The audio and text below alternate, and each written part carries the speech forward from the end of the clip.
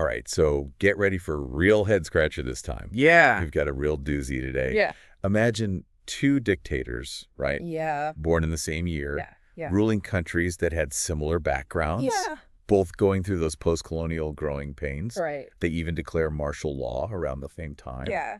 But here's the thing. Right. One ends up overseeing this crazy economic miracle, Uh-huh.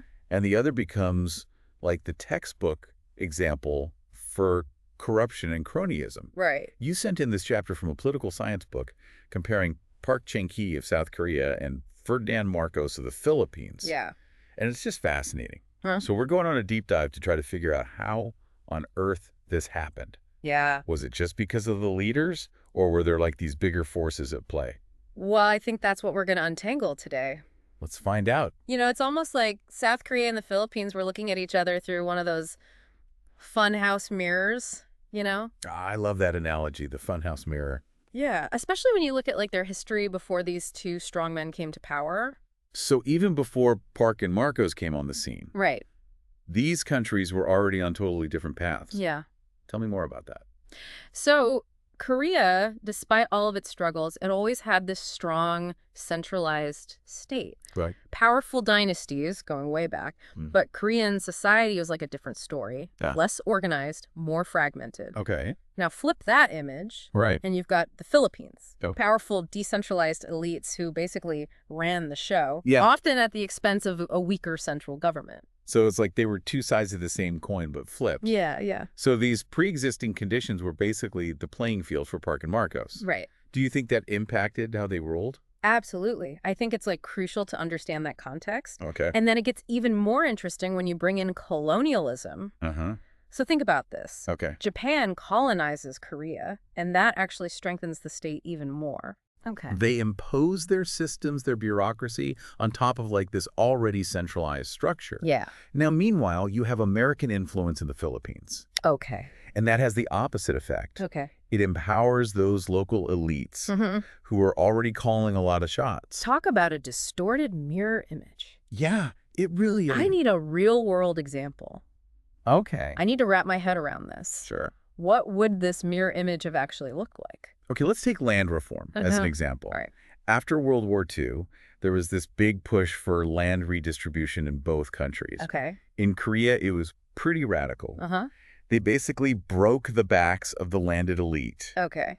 which meant that they weren't a threat to Park Mhm. later on. Okay. But in the Philippines, Yeah. those landlords, they often got even richer, Oh, wow. and they became more intertwined with the government. So they were basically the government in a lot of areas. Pretty much, yeah. Wow. So we're starting with completely different rule books here. Absolutely. So we've got these two countries already on very different paths. Right. Then come Park and Marcos. Yeah. Tell me about Park first. Okay. He's called a dictator, Yeah. but this book kind of paints a picture that's not quite what you would expect when you think of a dictator. He's not your stereotypical power-hungry dictator Yeah. who was born into privilege. Yeah.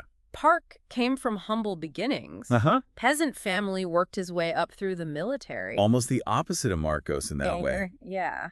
So it almost sounds like he was driven by something deeper, Yeah. something beyond just grabbing power. Yeah, I think you can see this real drive to make Korea strong, Uh-huh. almost like overcompensating for like the country's vulnerabilities in the past. Okay. You know, he was fixated on national development, industrializing, modernizing, Yeah. catching up with the rest of the world. Uh-huh. Personal wealth didn't really seem to be his main motivator. So what was his game plan then? Well, there's this great anecdote in the book. Yep. Park was determined to build up Korea's heavy industry, Huh? steel production in particular. Okay. The U.S. actually advised against it Really? at the time. What? They thought it wasn't a good fit for Korea's economy. Okay. But Park was adamant. Yeah. He had this motto, What was it?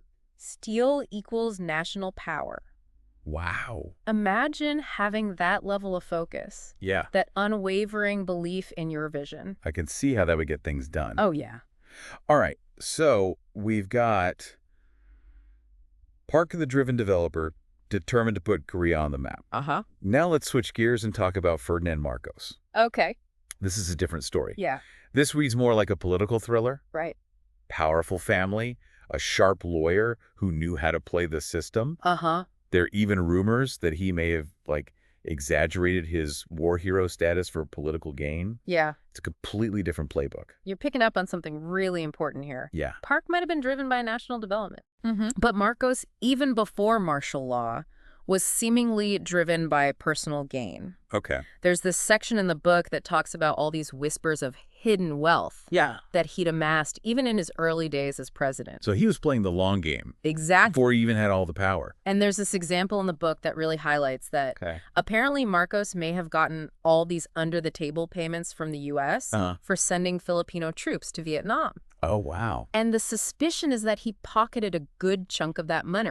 Not exactly the actions of a leader dedicated to serving his people, is it? Not quite. This is where it gets interesting. Okay. Both Park and Marcos imposed martial law, Right. but they got there through totally different paths. That's right. So Park, for all of his authoritarian tendencies, Yeah. he's facing real political opposition. There were challenges to his rule. Yeah. Marcos, on the other hand, seemed to almost like manufacture a crisis Right. to justify grabbing power. That's a really important distinction. So one was reacting to genuine pressures, and the other one was manipulating the situation for his own benefit. Right. How did that play out once they both had martial law? Well, it's fascinating to compare how they approached control. Okay. Park, he was already used to this strong state apparatus, so he basically just tightened his grip on the existing institutions, made them work for him. He was already working within a system that was like designed for top-down control. Yeah. Marcos was much bolder. Okay. He basically dismantled the existing democratic framework Whoa. and built his own system from the ground up with himself firmly at the center. Hold on. Are you saying that Park kept some kind of function in government while Marcos just threw it all out? Yeah, essentially. And started over? Park actually kept the National Assembly running. Really? But obviously with limited power. Okay. It was a way to maintain this facade of a democratic process. Well, Marcos got rid of Congress altogether. Wow. It really shows you how much they trusted or didn't trust their own people. So we have two dictators, two different paths to power, two contrasting approaches to control. Yeah. But the question remains. Yeah, what is it? How did these seemingly similar dictatorships produce such drastically different outcomes? Yeah. One an economic powerhouse, the other riddled with cronyism. That's what we're going to unravel. Okay. It wasn't just about the leaders themselves. Yeah. It was the interplay between their personalities, their motivations, and the historical context. Yeah. It's this perfect storm of factors. Okay, I'm on the edge of my seat. Okay. Lay it on me. Well, that's a story best told in parts. All right. But let me just say this. Okay. Park, for all his authoritarianism, Yeah. was obsessed with building up Korea's bureaucratic machinery. It wasn't pretty, but it was ruthlessly efficient in carrying out his development plans. Marcos, on the other hand, well, he had other priorities. He basically turned the Philippines into this giant patronage network, rewarding his cronies and enriching himself. It was efficiency versus cronyism, played out on a national scale. It's like they were playing two entirely different games with the same name tag. And you know what's really fascinating? What? The book sums it up perfectly with this phrase. Okay. It says that Korea under Park was all about private agency with a public purpose. Okay. Meaning that companies were working towards national goals, even if they were under duress. Yeah. But in the Philippines, under Marcos, the complete opposite. Okay. Public agency with a private purpose. Wow. The entire government machine was serving Marcos's interests. It's almost poetic how these two systems mirrored each other in this twisted way. Yeah, it really is. This is seriously making me rethink everything I thought I knew about these two leaders. Yeah. So are you saying that it was a combination of the men themselves and the circumstances that they inherited? That Park's economic miracle maybe wouldn't have happened in the Philippines. And Marcos's cronyism might have been checked in Korea. You're getting it. It's never just one thing, is it? It's this complex interplay of personalities, institutions, historical baggage. Right. And honestly, a lot of luck. I can't wait to dig into how this all played out. Yeah. But before we do, the book ends with this really thought-provoking question. Okay. What if we flip the script? Right. What if Park had ruled the Philippines and Marcos had ruled Korea? Oh, that's a good word. Would their legacies be completely different? It makes you think about how much agency these leaders really had. Yeah. Was it destiny, or did they have a choice in shaping their nation's fates? It's almost like asking nature versus nurture. But for dictators. Yeah. I'm already going down a rabbit hole of what ifs. I know. We'll save that for another day. Yeah. We've got a lot more to uncover. Definitely. In this comparison. We've really only just scratched the surface of how these two mirrored yet utterly contrasting regimes actually played out. Yeah. This is going to be good. This is going to be fun. Welcome back to our deep dive, into the contrasting legacies of Park Chung-hee and Ferdinand Marcos. It's easy to get lost in these abstract ideas like efficiency versus cronyism. Right. But I think we need to zoom in and see how these approaches actually played out in the lives of everyday people. Yeah, I totally agree. These weren't just theoretical models. Right. These were real-world systems that impacted millions of people. Absolutely. And there's no better way to examine that impact than by looking at the period of martial law in both countries. Okay. Because even though both Park and Marcos ruled with an iron fist, the way people actually experienced life under their regimes was completely different. Okay, so let's start with Korea. Park declares martial law in 1972. What happened? Did people just accept it? It's interesting. The transition to full-blown authoritarianism under Park was actually pretty smooth. Really? And I think part of that is because Korea already had this history of strong centralized rule. Yep. Park had already been consolidating his power for years, so people were kind of used to a government that took charge. So it was more of a tightening of the screws than a complete overhaul. Exactly. Okay. So he introduced stricter security measures, clamped down on dissent. Yeah. Basically redefine Korean democracy to mean whatever he said went. Okay. And this is crucial. Yeah. He didn't completely dismantle the existing systems, the bureaucracy, the courts, even the National Assembly. Yeah. They all continued to function just under his much tighter control. But that doesn't mean people were happy about it, right? Of course not. There had to be some pushback? Yeah, there was resistance. Okay. No society just willingly submits to authoritarian rule. Right. But Park was shrewd. Okay. He knew that economic progress could buy him some legitimacy. Even if he was repressing people. Even amidst the repression. Yeah. And for a while, it seemed to work. Yeah. The Korean economy was booming. People were seeing their lives improve. Yeah. Even if their freedoms were being curtailed. It's like that classic dictator's dilemma, isn't it? Yeah. How much freedom are people willing to give up? Right. For a bigger piece of the pie? It's a pattern we see throughout history. Yeah, for sure. And to Park's credit, he seemed to really be focused on development. Okay. This wasn't just a way to get rich himself, like we see with some other dictators. Yeah. He seemed to genuinely believe that a strong industrial base was essential for Korea's future. Okay, so the whole steel equals national power thing? Exactly. It was more than just a slogan for him. It was like a core belief. Okay, but even with all that economic progress, there had to be some cracks in the facade, right? Right, and by the late 1970s, those cracks were starting to show. How so? Well, the economic miracle was real. Yeah. But it wasn't benefiting everyone equally. Okay. There were growing pains. Labor unrest started to bubble up. Okay. Workers wanted better wages and working conditions. Makes sense. And a new middle class was emerging. And they were starting to want more political participation, more of a say in how the country was run. So that trade-off prosperity for obedience, it wasn't working anymore. Not for everyone, no. And this is where I think we see a key difference between Korea and the Philippines. Okay, what is it? Korea had this long and vibrant history of student activism. That's right. These students had already tasted revolution. Yeah. They had overthrown Syngman Rhee back in 1960.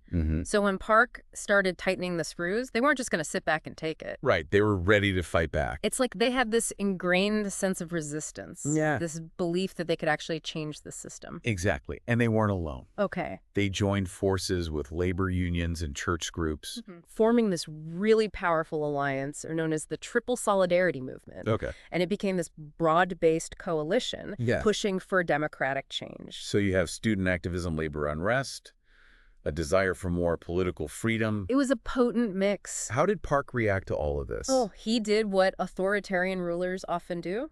What's that? He clamped down even harder. Oh, wow. The government responded with brutal repression, arrests, censorship, you name it. The situation must have been really tense. It was incredibly tense. Yeah. And it all culminated in 1979 with Park's assassination. Whoa, by his own intelligence chief. Yeah, it was a shocking end. Yeah. to a very complex rule. So Park is gone. Did his system survive? Well, in many ways, yes. Okay. His death triggered a period of instability, but Korea did eventually transition to a more democratic system in the late 1980s. And what about the economic engine he built? Yeah, that continued to hum along. So even today, Park's legacy is complicated. Absolutely, he's admired for what he achieved economically, but also condemned for his authoritarian methods. It's a story of progress and repression. Yeah, all mixed together. It's a good reminder that history is rarely black and white. Right, it's all shades of gray. Okay, so that's Korea under Park. Now let's go to the Philippines under Marcos. Okay. We've talked about how he came to power through more like manipulative means. Right. Basically manufacturing this crisis to justify martial law. Yeah. So how did that play out in terms of people's reactions? Well, it was very different from Korea. Okay. Filipinos didn't just accept authoritarian rule the way Koreans seem to. So what was different?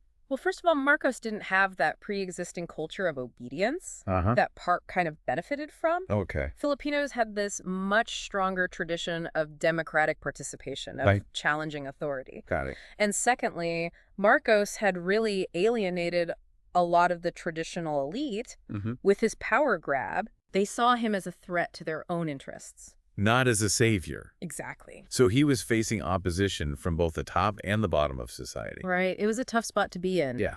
And to make matters worse, there was this communist insurgency in the country, the New People's Army. Yeah. And they were gaining strength.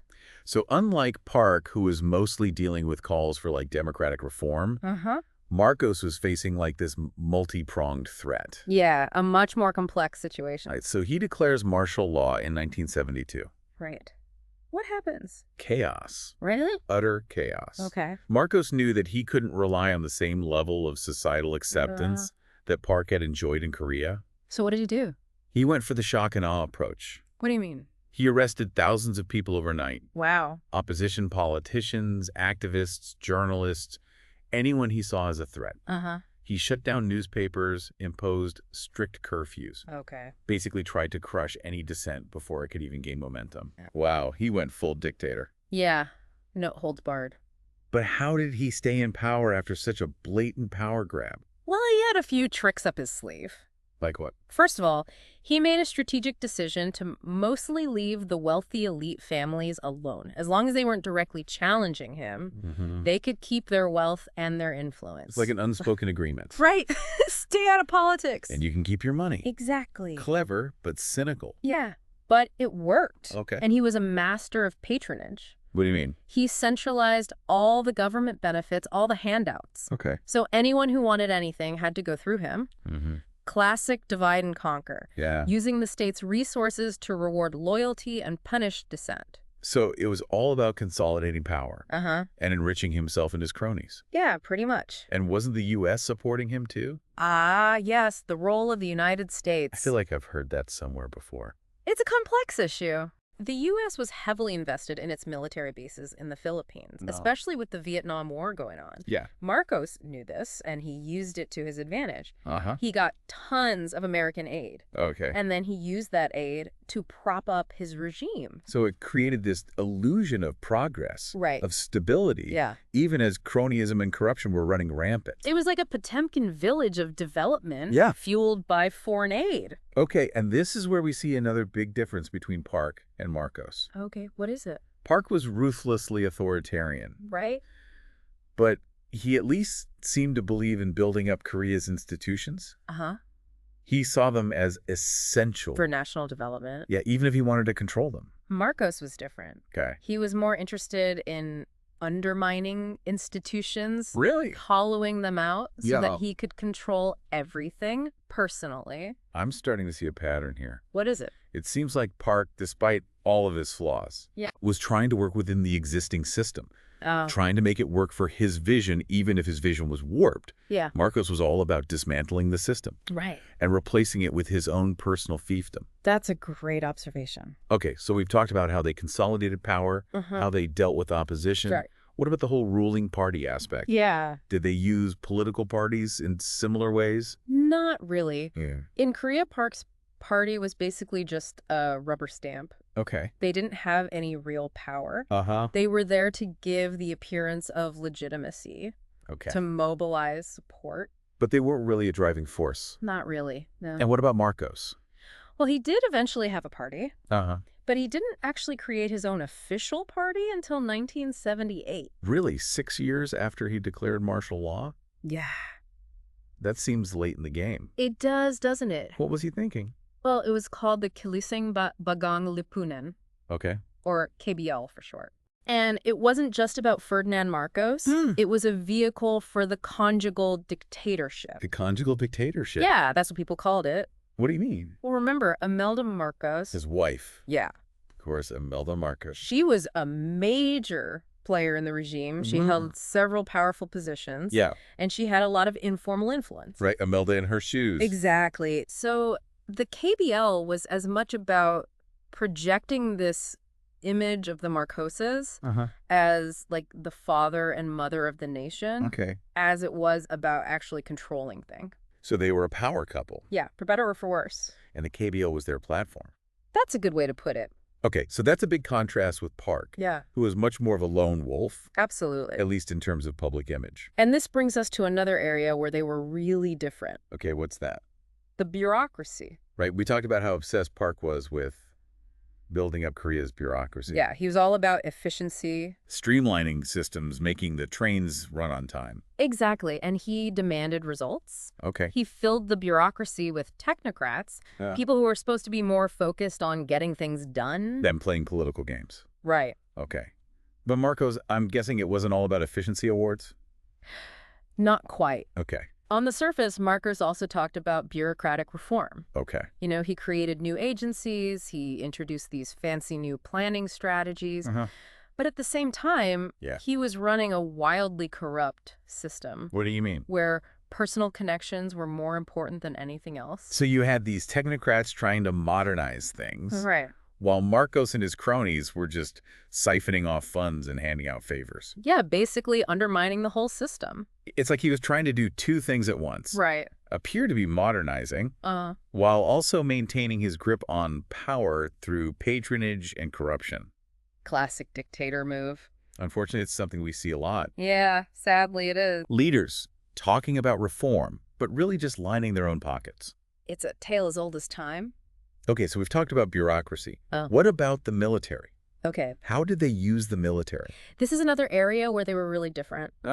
Park had the constant threat of North Korea. Right. So he was really focused on building a strong, self-reliant military. Okay. He saw it as essential for national survival. Makes sense. But Marcos ruled a country with no real external threats? Yeah.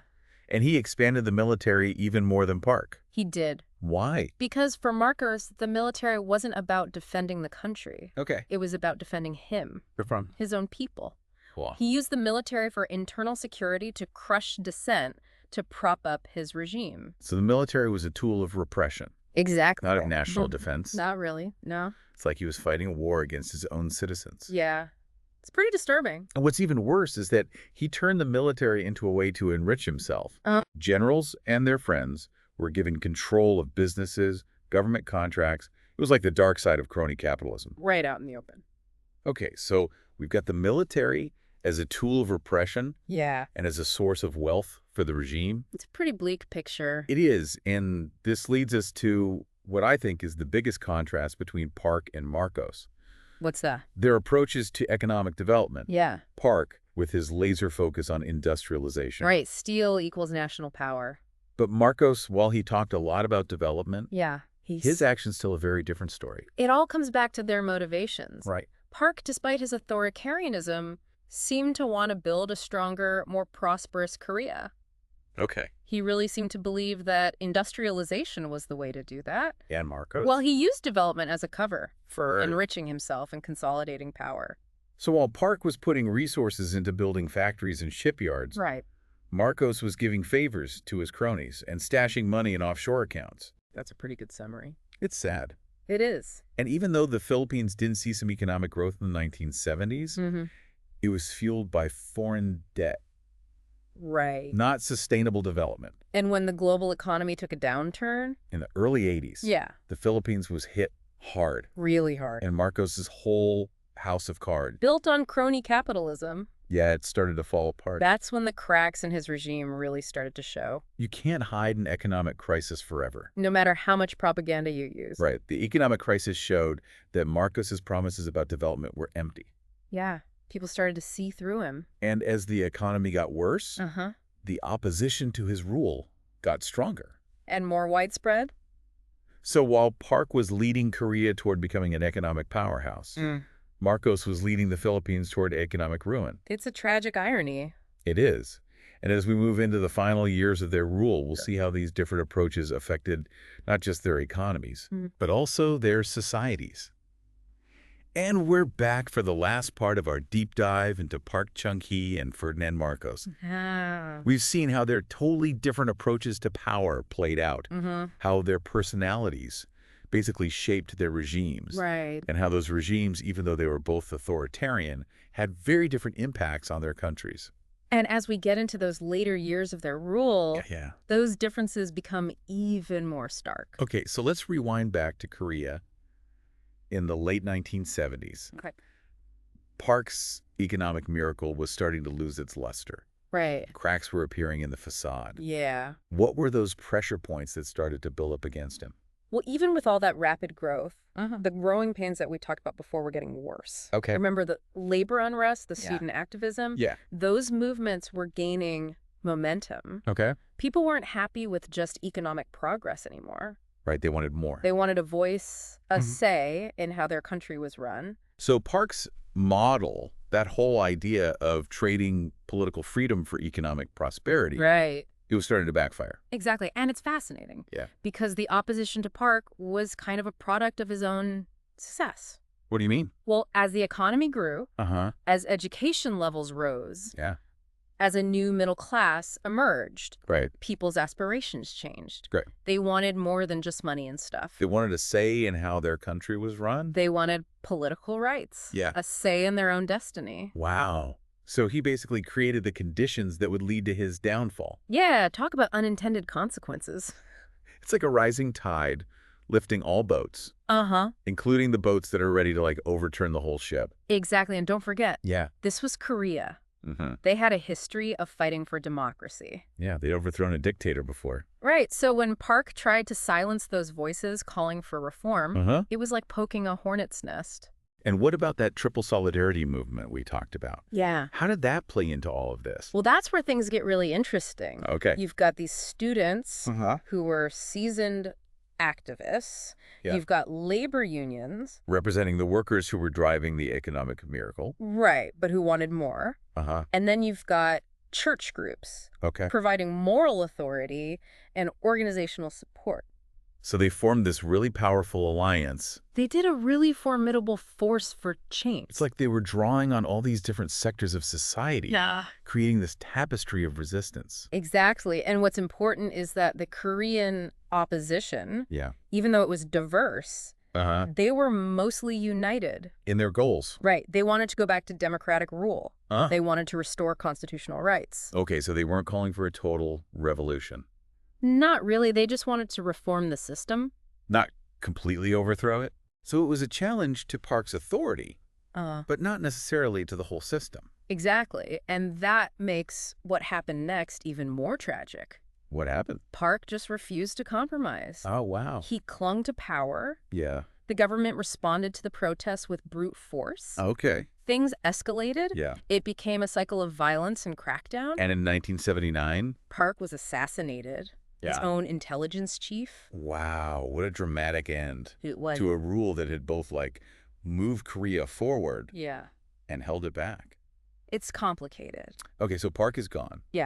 But did his system survive? In a lot of ways, yes. Korea went through some instability, but they eventually transitioned to a more democratic system in the late 1980s. And what about the economic foundation he laid? That remained largely in place. So Korea kept growing? They continued on that path to becoming an economic powerhouse. But Park's legacy is still debated today. Oh, absolutely. People admire him for what he did for the economy, but they condemn him for his authoritarian methods. It's that mix of progress and repression. Yeah, it's hard to separate the two. It really is a reminder that history is messy. Right. It's rarely simple. It's never black and white. Yeah. All right, so let's shift back to the Philippines under Marcos. Okay. We've already talked about how he was dealing with a much more divided opposition. Yeah, much more volatile. How did that play out as his rule went on? Well, remember, Marcos never had the same level of support that Park had. Right. He'd alienated the elites with his power grab. Yeah. And there was already a communist insurgency in the countryside. And as the economy got worse... In the early 80s, right. as those cracks in his crony capitalist system started to show, the opposition to his rule got bolder, and it became more widespread. And he tried to legitimize his rule. He held those sham elections in 1978. Yeah, I remember reading about that. Yeah, he was hoping to make things look more democratic, to gain some legitimacy. But everyone knew they were rigged. Oh, yeah. Even Benigno Aquino. Who was? A leading opposition figure, and he was in prison at the time. Oh, wow. He couldn't even defeat Marcos's hand-picked candidates. So the elections backfired. They did? They didn't make him look more legitimate. No, they just made the opposition stronger. And what's interesting is that the opposition to Marcos in the Philippines, it was much more fragmented than in Korea. That's right. You had these moderates, mostly elites, who just wanted to go back to how things were before martial law. To the old democracy. But you also had a growing communist movement. Right, the New People's Army. And they were gaining strength in the countryside. Especially in rural areas. And they had much more radical goals. Yeah, they wanted to change the whole system. So it was like a two-pronged attack on Marcos. Right. Coming from both sides. But they weren't always working together. Right. It must have been hard for them to unite. It was, the moderates were wary of the communists. Yeah. And the communists saw the moderates as part of the problem. But they both agreed that Marcos had to go. Right. That was the one thing they could agree on. That's a classic dilemma for opposition movements, isn't it? Yeah. How do you unite against a common enemy when you have such different goals? Exactly. And then in 1983, Benigno Aquino was assassinated. Right. He'd just come back from exile. From the U.S. And he was shot. As he got off the plane in Manila. The book says that really galvanized the opposition. Oh, yeah. It was a turning point. Like a dam breaking. It was. Millions of Filipinos took to the streets, demanding that Marcos resign. It was an incredible show of force. And that's where the term people power comes from, right? Yeah. That outpouring of popular resistance. That eventually toppled Marcos. Exactly. And that movement led to the EDSA revolution in 1986. That nonviolent uprising that forced Marcos out. And his family. And to exile. And brought Cory Aquino to power. Benigno's widow. It's amazing, a true testament to the power of peaceful resistance. It really is. But what's interesting is that unlike in Korea, where Park's system kind of lived on after his death, Marcos's regime just collapsed. Yeah, it fell apart overnight. Why? Well, Marcos had spent years undermining institutions in the Philippines. Right. His power was all about personal loyalty and patronage. Not strong institutions. So when he was gone, there was nothing left to hold the system together. Exactly. It was like a house of cards. Yeah. That suddenly collapsed. It's a powerful image. It is. It's like a warning about what happens when you build a system on personal power. Yeah. Instead of on strong institutions. Right. So both Park and Marcos were authoritarian rulers who left big marks on their countries. They did. But their legacies were completely different. Shaped by their choices, by their personalities. And by the times in which they lived. Exactly. It's a fascinating case study. It is. And how leaders, even those with absolute power, are both products and shapers of their times. Their choices matter. But those choices are always influenced by the circumstances. By what they inherit. Yeah, it's a reminder that history is complicated. It's messy. It's full of personalities and events and forces. That are often beyond our control. Yeah. But by studying these stories, by looking at the nuances of the past, we can understand our present better. Right. And maybe even shape a better future. I like that. I encourage you to keep digging into those sources we talked about. Yeah. And keep exploring the complexities of these two dictatorships and how they've impacted South Korea and the Philippines. It's a fascinating topic. It really is. So much to learn. Okay, that's it for our deep dive into Park versus Marcos. Yeah. We covered a lot of ground today. Did. But as always, there's even more to explore. Definitely. Until next time, keep learning, stay curious, and keep those deep dive requests coming. We'll see you next time.